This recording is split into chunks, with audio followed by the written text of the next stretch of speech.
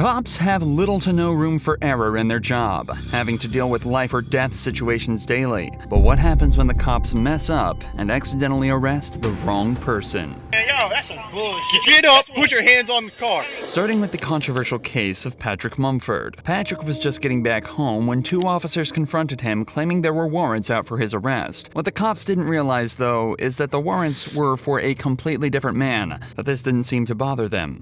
What's your name? I'm going to ask you one more time. We probably need to talk to you. So, what's your name? Stand up. Turn around, put your hands in the car.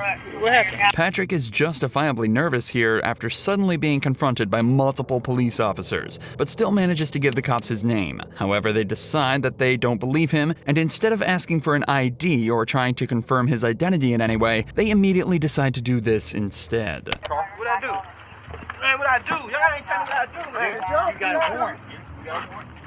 He just came back from his probation officer.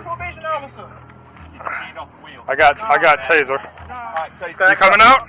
You coming out? Come out. Get your hands out now. You got 3 seconds. Hold on, man. 3 seconds. Do not reach. Get up. Put your hands on the car. Show me the warrant. Come out. Show me the warrant. 2. Show me the warrant. All right, take me. All right, move. You coming out or not? Dude, stand back. Come out. You got a warrant. I'm not telling you again. You better get out of the car. Y'all ain't let me know what's Get out of the car. Get out of the car. Man, y'all better leave me alone. Get out of the car. Man, y'all better leave me alone, cousin. Move, Fox, move. It took just 38 seconds from the police making first contact to giving the order to tase him. According to the cops, Patrick was given numerous reasonable opportunities to comply with officers, but because of his resistance, they were left with no choice but to stun him. But even after being tased and detained, the cops still aren't finished roughing Patrick up. Something was going on, man. Just off me, man. He keeps reaching for his back.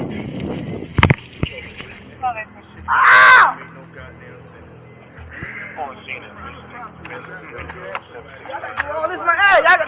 Quit resisting. I got him, guys. Just search whatever he's going for. The cops search Patrick to try and find whatever he was reaching for, assuming he was hiding a weapon of his own. But predictably, they find nothing other than his wallet. This would end up being a blessing for Patrick, though, as inside his wallet, the cops found his ID. I just seen this fucking lady. Patrick Mumford. This lady not gonna tell me that I got a warrant. I just seen her. Here's the deal, dude. How long I had a warrant? I don't know if you got a warrant, because you're not who I'm looking for. But here's the deal. When we ask you for ID, because you look a lot like the person we're looking for, you give us ID. And when you start this whole fighting nonsense, dude, all you had to do is give me this.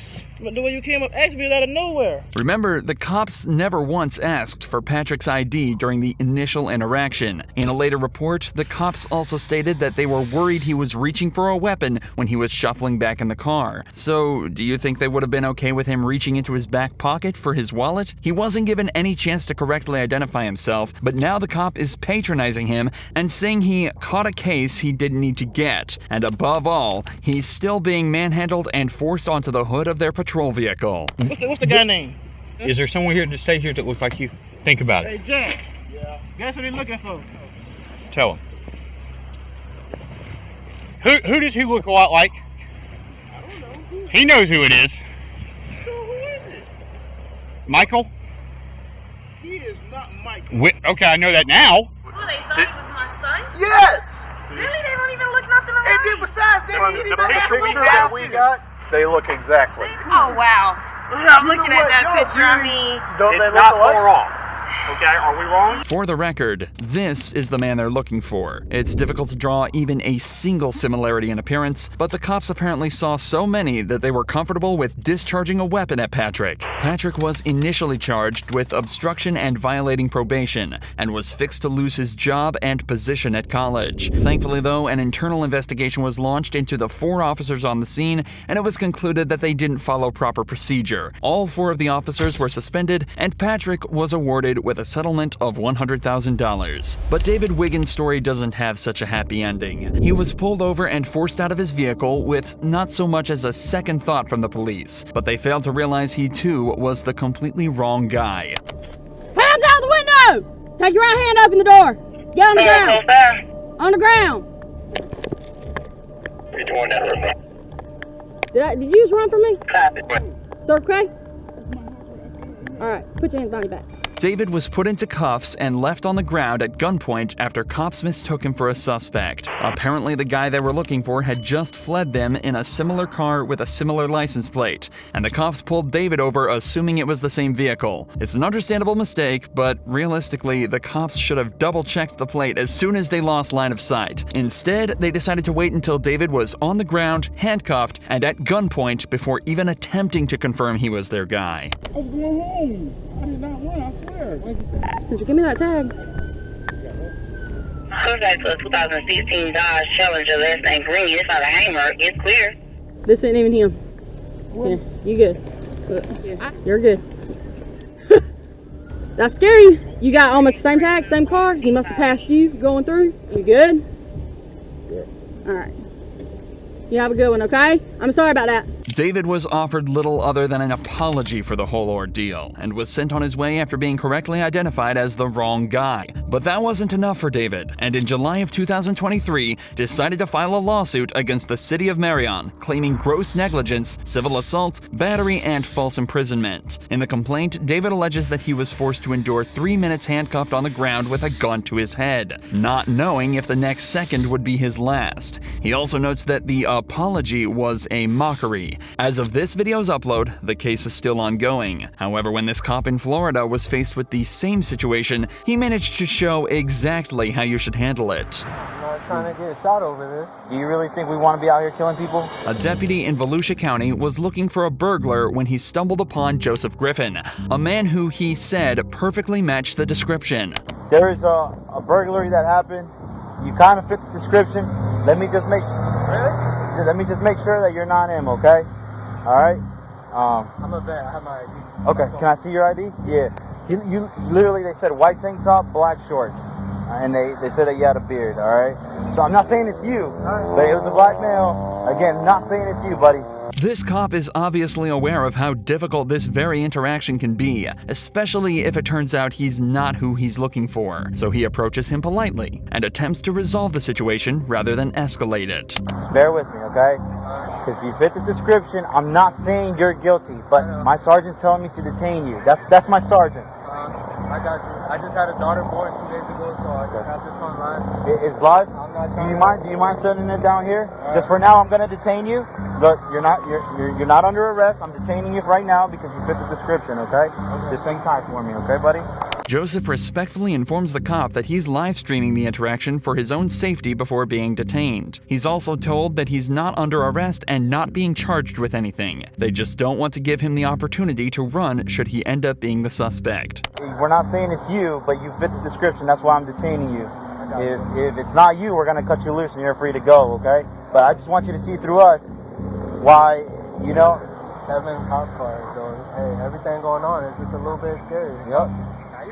This is it was a burglary. It's a burglary. It's serious. It's not a joke. You got these guys that are getting ready to go home, and we're coming in, so that's why you have so many. The cops are doing their best to put Joseph at ease, but you can still imagine how stressful of a situation this would be. He's doing a good job at staying respectful and composed, but you can definitely still tell he's on edge. We appreciate you being very cooperative. Other people would just... I'm not trying to get shot over this. You ain't gonna get shot. Seriously, do you really think we want to be out here killing people? Do you honestly think that? I'm a military police. Like I said, brother, I've been in the same boat. After just 10 minutes of waiting, they hear back from the witness who had just received a picture of Joseph. So good news for you. The witness is saying that the clothes you're wearing and all that doesn't fit the description. It's called a show up. So we got a picture. Again, he's gonna run it through, make sure it's not you, and from what it looks like, buddy, you'll be out of here, okay? A show-up is a method of identification where a witness is presented with a single suspect and simply asked if that's their guy. It's also worth mentioning that when looking for a suspect at large, police will only receive a quick rundown of the suspect's appearance. Adding extra details can create confusion and even cause cops to let the perpetrators go if they miss something small. This is why the description may seem vague and leads to false positives, just like this one is starting to look like. What's your name, man? Joseph, hey man, listen, Jake. Just want to say thank you for keeping a cool, good demeanor. We just got the picture finally from the witness, and I get why they went out with you for sure. Clearly not you, but the clothing description, everything matched.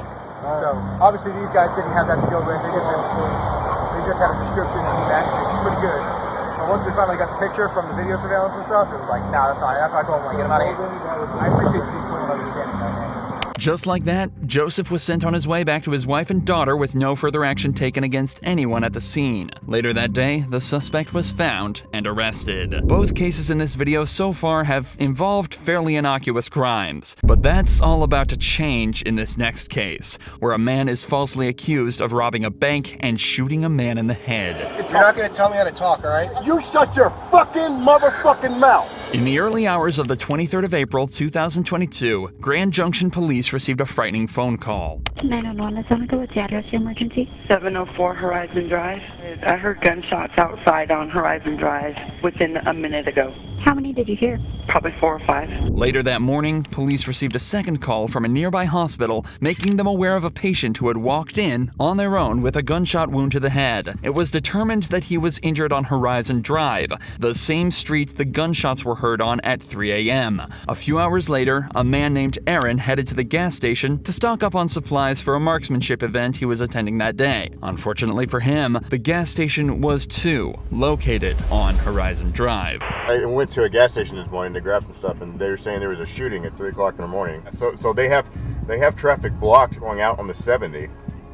So we might want to look to see if that's going to impact our route. Little did Aaron know, traffic would be the least of his worries that day. After stopping at the gas station, he heads back to his hotel to charge his phone. On the way there, he misses an exit, so he uses his blinker to make a U-turn in front of the police blockade. He parks up for 5 minutes to charge his phone, waits for his friend to show up in his car, then stops at another gas station to wait for his other friends to turn up. It's at this point Aaron is approached by police. Can I help you? Yeah. Would you mind rolling down your window real quick? No. What do you need? I need you to identify yourself. No, why?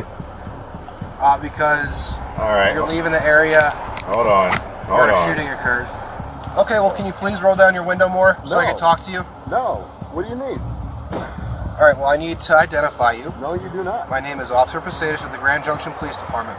And this is my corporal right here. This is Corporal Church as well. Okay. All right, so I need you to identify yourself. No, that's not how it works. I have rights as an American citizen, right? What Aaron is saying is completely true, and he is well within his rights to refuse to identify himself. However, that doesn't necessarily mean it's always the best idea. Regardless, in this situation, Aaron clearly wishes to exercise this right, to which the cop isn't best pleased. This is when things start to escalate quickly. You do not have articulable suspicion that I've done anything. I actually do. What crime do you suspect me of committing? Possible attempted homicide.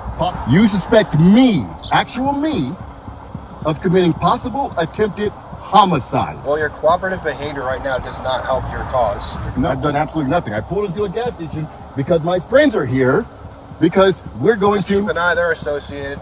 At this point, Corporal Church heads over to Aaron's friends, where he discovers that his name is indeed Aaron, and that it matches up with the registration on the vehicle. Meanwhile, Officer Posadas attempts to shed a little more light on why Aaron is being highlighted as a suspect. Right, exactly. You're leaving the area of a crime. Exactly. With a similar colored vehicle, similar nature to the description. What description of that vehicle did you get? I got a darkened colored sedan. 2 people also stated that one of the suspects may be of African American descent. With this information, you can see how a cop would suspect Aaron. He's a black male in a similar vehicle. But things start to get much stranger as you dive deeper. In the official report, it was determined there were actually 2 suspects, one white and one black. And a more detailed report of the vehicle describes a car more similar to the one that Aaron's friends are driving. It seems as though the cops are ignoring every sign and targeting Aaron for no reason, something that only becomes more obvious as they allow his friends to leave, but keep Aaron at the scene.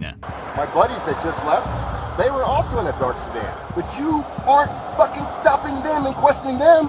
Okay, well, I'm sorry that sorry that you Shut feel your that way. fucking mouth. I don't want to fucking talk. You're not going to tell me how to talk, all right? You shut your fucking motherfucking mouth. Corporal, come up here. It's not working. He's currently recording on his phone, but he's highly uncooperative with me, screaming and yelling at me. Told him that his vehicle matches the description, given, blah, blah, blah. He's very upset right now. Why are you not cooperative? Because I don't have to be cooperative with your investigation. Well, you have to ID yourself. No, I do not. Tell me why I have to ID. Well, Colorado state law says you do. I want you to explain why me as a person, have to ID to you. Colorado state law says you do. The cops continue to ask for Aaron's name despite having already been told by his friends and realizing it matches up with the name on the vehicle. But perhaps the funniest part of this entire interaction is what happens when Aaron instead asks for the sergeant's name. What's your name and your badge number? What's your name and your badge number? Well, I'm not going to give that to you. You have to. No. Yes, you do. No. You are a public servant. I'm asking for your name and badge number. You also have to give me your name. No, I do not. Okay. So you wanted me to explain to you why I'm asking for you to identify yourself? Yes. Because we had an incident happen here? Wait, hold on. First, please give me your name and your badge. Okay. Well, no, I won't give you that right now. What do you mean you won't?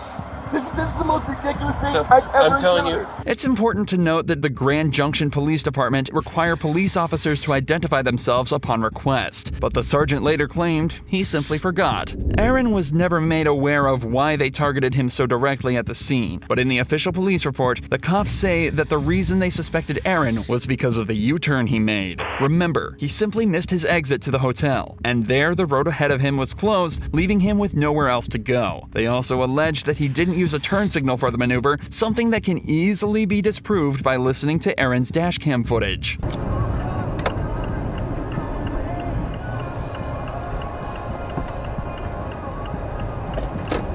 As you'd expect, an internal affairs investigation was launched into the officers at the scene, and it was conducted that there was no wrongdoing and the cops conducted themselves perfectly. Aaron has since launched his own lawsuit against the Grand Junction Police Department, but as of this video's upload, the investigation is still ongoing. Check out Aaron's channel linked below for updates on the situation.